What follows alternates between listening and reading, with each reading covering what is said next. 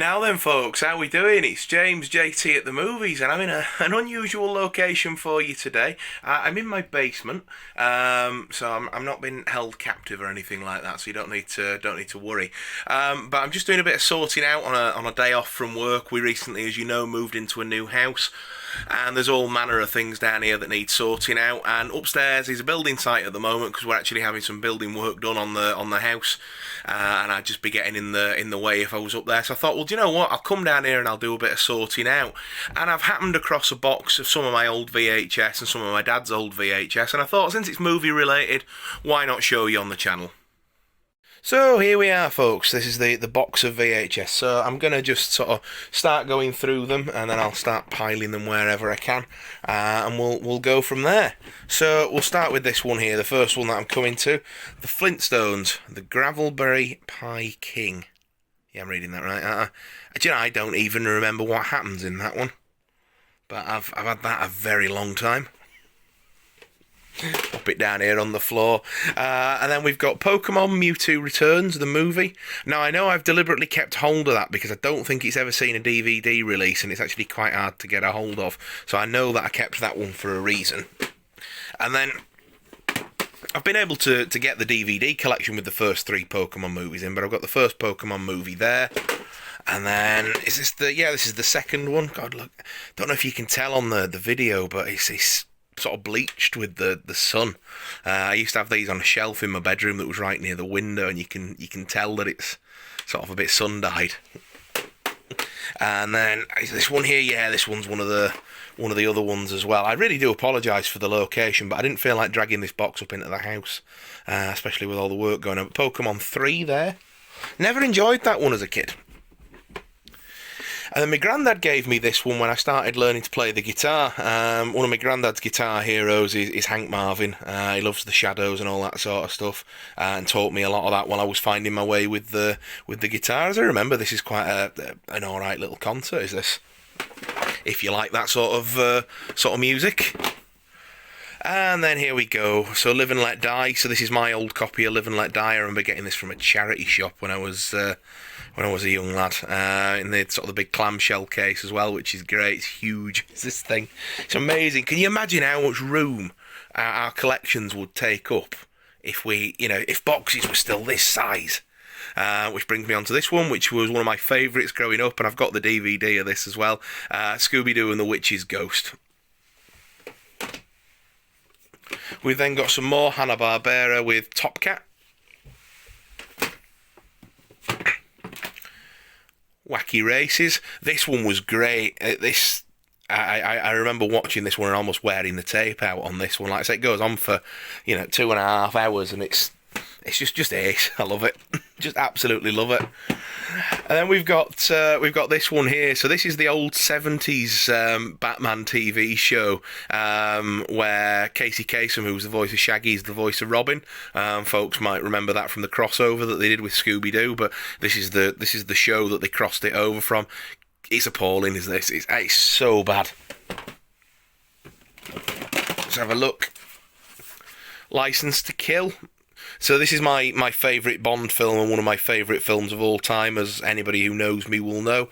And this is the copy that when I was probably about 10 years old, when Morrison's were selling them, I remember it vividly, begging my dad to buy it for me after having seen it on holiday. And again, it's in that giant clamshell case. So I know this is something I'll always keep a hold of. Then we've got some more James Bond here. We've got these are my dad's of these. So he was only ever really a fan of the Connery ones. So growing up, these were my exposure to it. So we've got From Russia there, and then I would imagine I've probably boxed these in order. So yep, Goldfinger next, and then yep, Thunderball. And then, this one's mine, actually. This one's Moonraker. And we've got You Only Live Twice. Getting quite a nostalgia trip going through these, I must say. There's some in blank cases. We'll have a look at them in a bit. Dr. No, so there's the first one. Diamonds. Oh, this one's cool. So this one's put out by Warner Brothers, and they must have had the distribution rights once upon a time. So this is a really old video, is this? But I actually bought this from the James Bond Museum up in Keswick when that was still there. Yeah, absolutely great addition to have that. And this was the second ever Bond film I got of my own. Spy Who Loved Me on widescreen edition. Let's have a look then.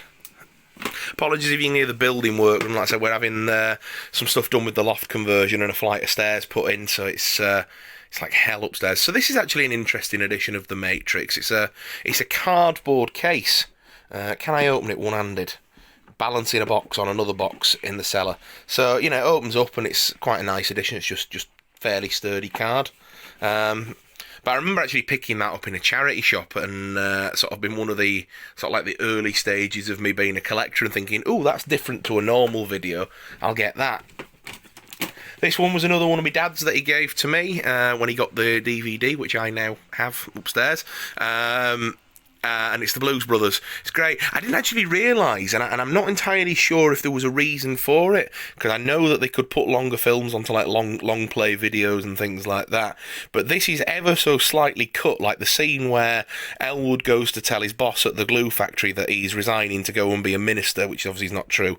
That's not in there. And there's a few other like sort of connecting shots and things like that are cut. So I remember when I watched the DVD for the first time that it sort of didn't. It didn't sort of make sense to me. But, yeah, we'll have a look at these ones without what do you call it, without covers soon. Because I would imagine that they're things that have been, like, taped off the TV that I've just decided to keep because they've maybe never had a release or whatever. A lot of these, you know, I could get rid of because I've got the DVDs and stuff now. Chicken Run. Mr. Bean.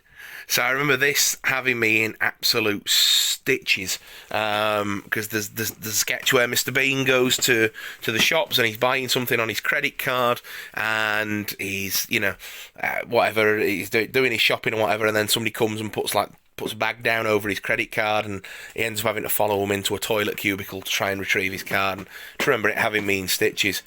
This was one of the first ever videotapes I remember my parents buying me, and it's a bumper pack for Scooby-Doo, and I used to watch this on repeat as a kid. I absolutely loved this thing.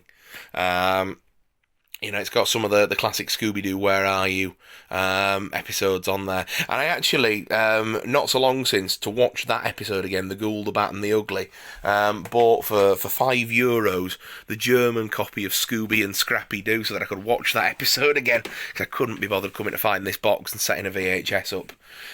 We've got a lot of Simpsons. I know there's going to be a lot of Simpsons coming up, so we got Simpsons.com there.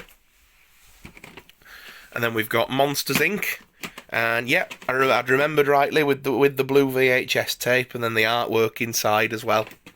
So that was the beauty really of having the bigger cases like this. You know, you could do more with the artwork, I suppose, couldn't you? Let's have a look. So more blank ones yet again. And then here we go, loads of Simpsons ones. So Simpsons backstage pass with the Who on the front of it. I mean, don't get any better than that, does it? More Simpsons, Sex, Lies and the Simpsons. See, this is when the Simpsons was good. Oh, this one was my favourite growing up, with the Cape Fear knockoff and the Who Shot Mr. Burns bit. Absolutely just loved that. This one got played quite a lot as well. Bart Sells His Soul being a particular favourite. I was never bothered for that Treehouse of Horror growing up, and I think it's because I'd not seen the films that they were riffing off. You know, the Twilight Zone and obviously Dracula. But having now seen those films, it sort of obviously carries more weight. I'm sure I've got the case for this somewhere else, actually. In fact, I'm positive I've got the case for it, probably in that box of CDs, and I think there's a videotape in there, actually, you can see. But this is Huckleberry Finn. Don't remember anything about that. I know my grandparents got us it, but don't remember anything about it. There's a Simpsons one there, but I've lost the artwork, so not entirely sure what's happened there. The Best of Hanna-Barbera, Flintstones and Friends, with, by the looks of it, there's a sort of selection of Scooby-Doo and whatever else on there. Empty case there. I would imagine that's a home movie of some sort. And then we've got Simpsons Greatest Hits. Again, some great episodes on there. Oh, I remember, I got into trouble for getting this with my parents. Not real trouble, but I remember learning that there was, because growing up, my exposure to Batman was the animated series, which I think I have a couple of videos of in here. And then the Burton Schumacher films, and I had no idea that this was a thing. And then I remember my dad telling me that there was a '60s version of it, and that it was really silly and cheesy and campy. I mean, it's just superb, isn't it? And then I remember him telling me that he'd seen in HMV that they'd released it on video, which is this video. And then when I sort of went into HMV, I went with my nan, and I was like, "Oh, Nana, look, they've got this." And bless her, I'd just, sort of smile sweetly at her, and she'd, "Oh, go on, I'll buy it for you, love." So my nana bought me this, which is another good reason to keep it, because she's no longer with us.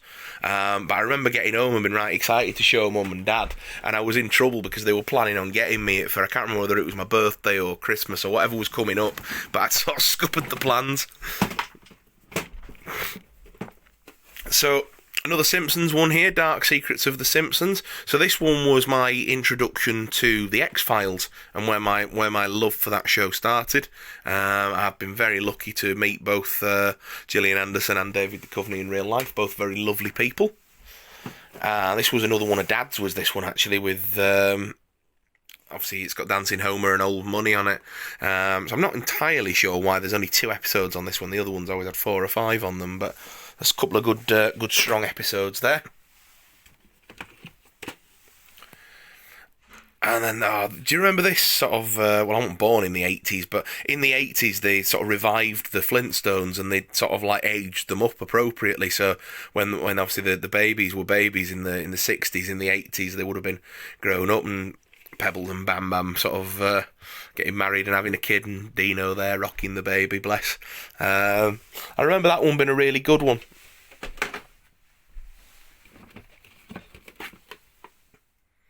Oh, here we go. So my first ever band, The Forgotten Few.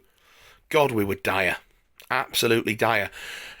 I actually think, now if I'm not mistaken, I think that this performance is on YouTube if anybody wanted to go looking for it. But I'm not going to link it for you, but if anybody feels like being a detective. I say a detective, it's not going to be too hard to find. And then we were talking about Batman the Animated Series. Here's the 2-part Two-Face episode. It's not the one where he becomes Two-Face, but it's actually the one where we next meet up with him and Commissioner Gordon gets accused of a crime, and Barbara Gordon takes on the identity of Batgirl to bring him down. I always preferred that episode to the 2-parter where they made him Two-Face. And then there was this as well. I remember... funnily enough, my uncle, who's the chap upstairs doing the building work, him and my auntie got me this for my 10th birthday. I know, 12, and I had it. Naughty me, eh? But this is, and will always be, my favourite iteration of Batman ever.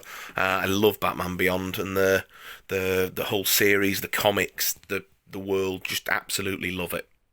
And I just had a quick look through all those off camera before showing you, and the home movies and nonsense like that, and I'm assuming things that were taped off the TV, but of course none of them are labelled because that would be too easy, so there's nothing interesting there to show you. So there we are, folks. That's been my my vintage VHS collection and some of my dad's old VHS as well, that have managed to sort of stand the test of time and be kept. Some interesting titles in there, a lot of kids stuff, as you probably imagine, as that was obviously the format when I were a kid. But I hope you've enjoyed the video. Just a bit of daftness on my part, and just sort of showing you something movie related that's a little bit sort of not the norm. If you like the video, like I say, leave a comment down below, drop it a thumbs up. That lets me and YouTube know that you've liked the video and to make more of this sort of stuff. And if you are new to me, please think about subscribing to the channel. I'd love to keep you around a bit longer. Take care, folks. Look forward to seeing you again soon. Bye bye.